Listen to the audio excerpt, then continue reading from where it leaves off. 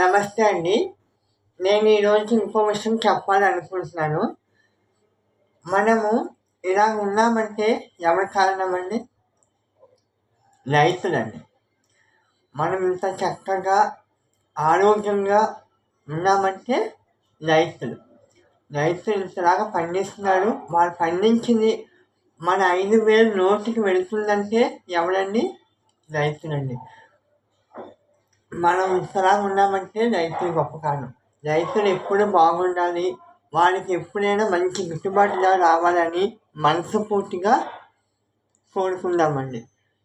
ఈ రోజుల్లో అనుకుంటాం సాఫ్ట్వేర్ గొప్పవాడు, ఇంజనీర్ గొప్పవాడు, ఎవరైనా అందరూ గొప్పవాడు. కానీ మనం ఇంతగా ఇలా ఉన్నామంటే కారణం ఎవరండి?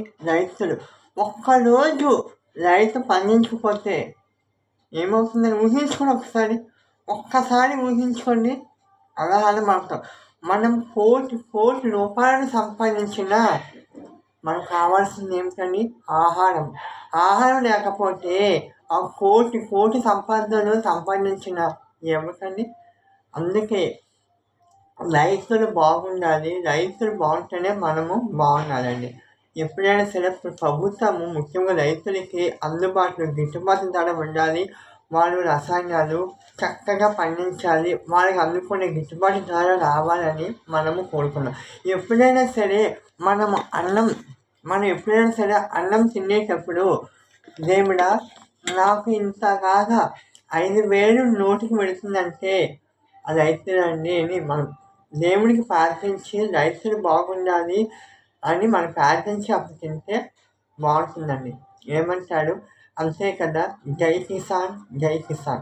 మనకు వెన్నుముక లాంటి రైతే అండి. రైతు ఒకసారి ఆలోచించండి. ఒక్కసారి రైతు లేకపోతే మనం అలా ఆడిపోయి ఏమనిపిస్తుంటాం. అందుకే అంటాడు, మనకి అన్నం పెట్టేవాడు మన దేవుడితో సమానం అండి. రైతు కూడా దేవుడితోనే సమానం.